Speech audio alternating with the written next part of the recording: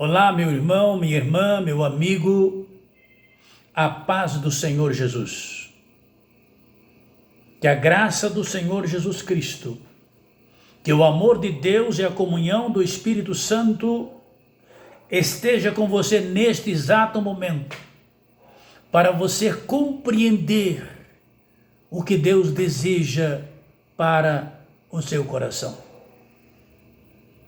Portanto, a minha fala de hoje é a angústia da alma. É sobre isso que eu quero falar.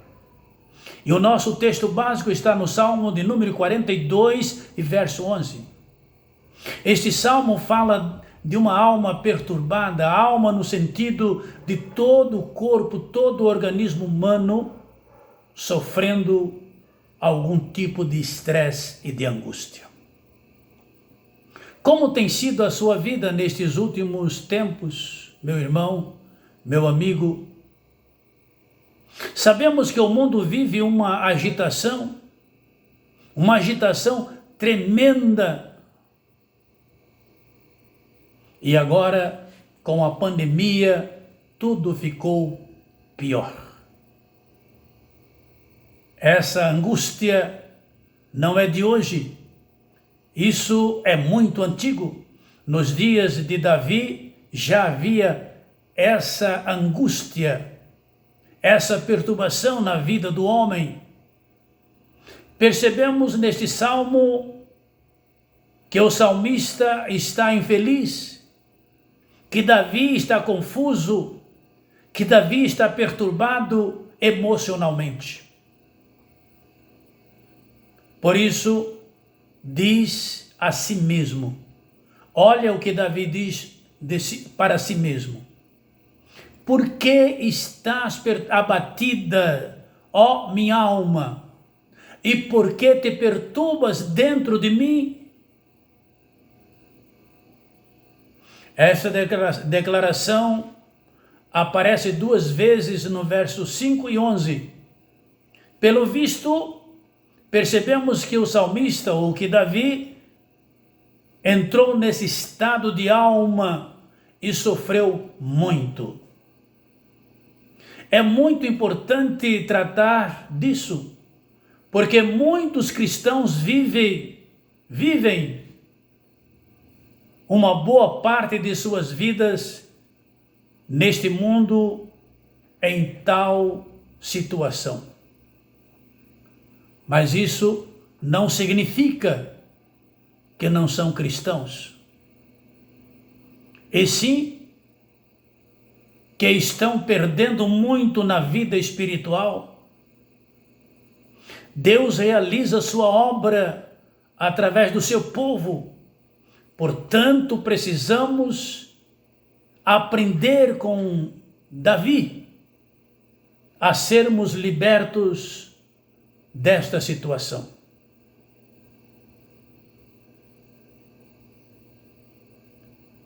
A sermos libertos dessa condição de inquietação, desse desconforto, desta perturbação, para que as pessoas que nos observam não tenham a impressão de que ser crente significa ser infeliz, para que as pessoas não percebam e não digam que ser crente significa ser triste, significa ser abatido e sem vida.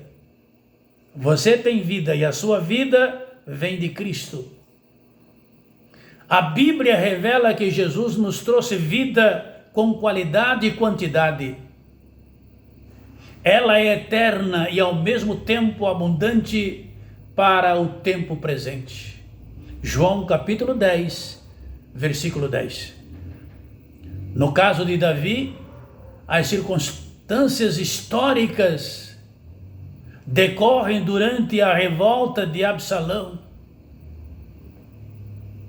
A composição musical ficou a cargo dos filhos de Coré, segundo Crônicas 20, 19. Este salmo relata bem o estado de espírito de Davi. Pelos versículos 6 e versículo 7, ficamos sabendo que ele estava ao norte da Palestina, perto da nascente do rio Jordão. O Jordão transbordava devido à neve que estava derretendo. Isto transformava o Jordão em um rio inquieto e de correnteza forte. Assim era o estado de alma de Davi. Ele sente como se as águas estivessem passando por cima dele, moendo-o, ferindo-o. Mas ainda o verso 7.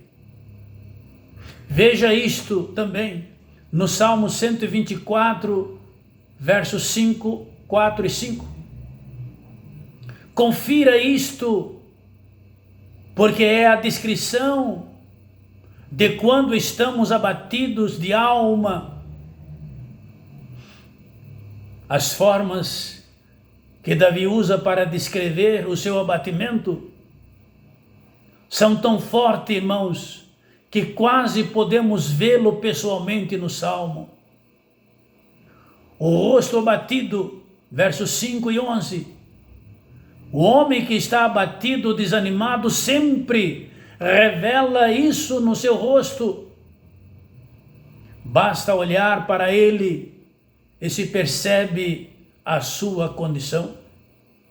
Provérbios capítulo 15, 13, capítulo 17, 22.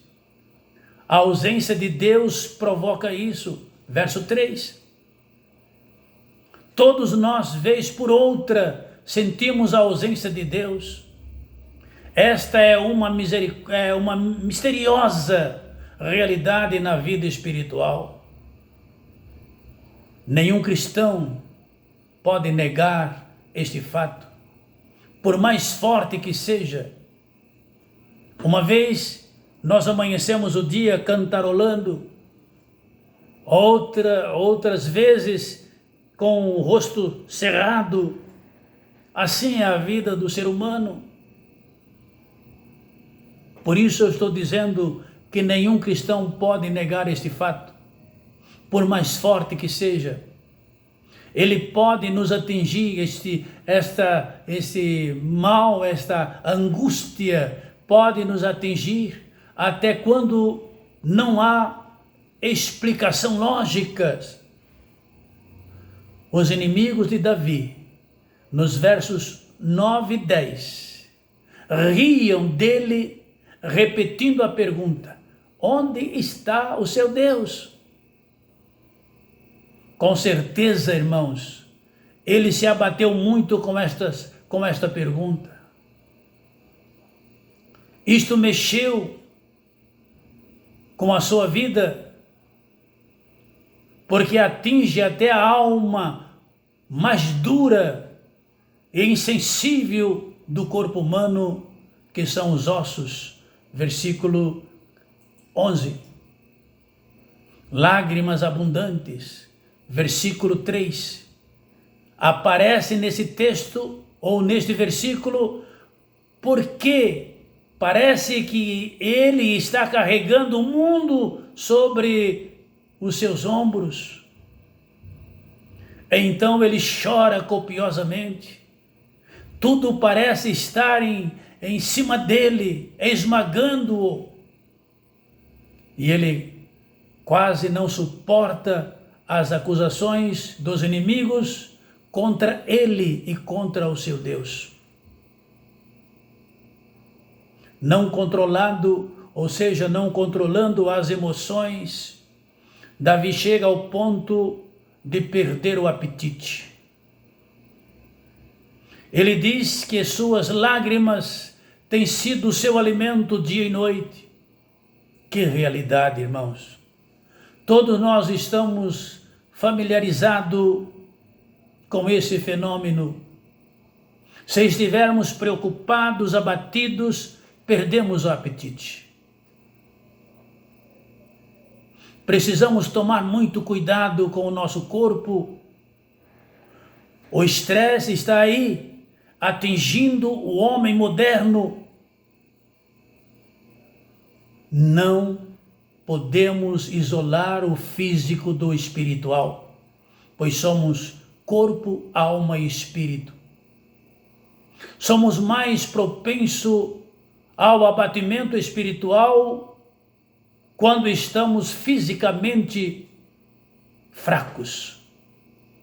Veja o exemplo do profeta Elias. 1 Reis, capítulo 19, versículo 3, 8 e 2. Aliás, versículo 3 ao versículo 8, capítulo 2 e versículo 4. Sentimentos, saudades, versículo 4. Ele está lembrando-se daqueles cultos fervorosos lá no templo em Jerusalém. Saudade do templo, saudade das reuniões, saudade dos irmãos, saudade de tudo. Fica difícil louvar quando a alma se derrama como água dentro de nós. Este é o conflito que Davi estava vivendo. Hoje, com essa pandemia, nós lembramos dos hinos que falam da grandeza e da providência de Deus. Quando a vida está atrapalhada, muitos crentes culpam a Deus, fazendo a mesma pergunta: que Deus poderoso é este que não nos livra? Lembre-se dos gritos, ou seja, nós lembramos dos gritos de aleluia, dos louvores, das festas, de ajuntamento espiritual, dos abraços, dos beijos. Sentimos saudade, onde tudo se torna luto. Como vencer esse abatimento? Versículo 5. Lembre-se que há um inimigo que gosta de aparecer quando a condição espiritual está assim. Essa verdade espiritual está revelada, irmãos, em Deuteronômio capítulo 25, 17 e 19. A minha fala para você como pastor: levante a sua cabeça. Continuo dizendo, não está tudo perdido. O nosso Deus não está dormindo, Ele está trabalhando, Ele não para. Nesse exato momento, Ele está estendendo as suas mãos para você e dizendo para você: não te abata. Por que você está abatido? Por que você está abatida? Descansa no Senhor. Entrega o teu caminho ao Senhor e confia nele, e o mais Ele tudo fará. Que Deus te abençoe. Amém.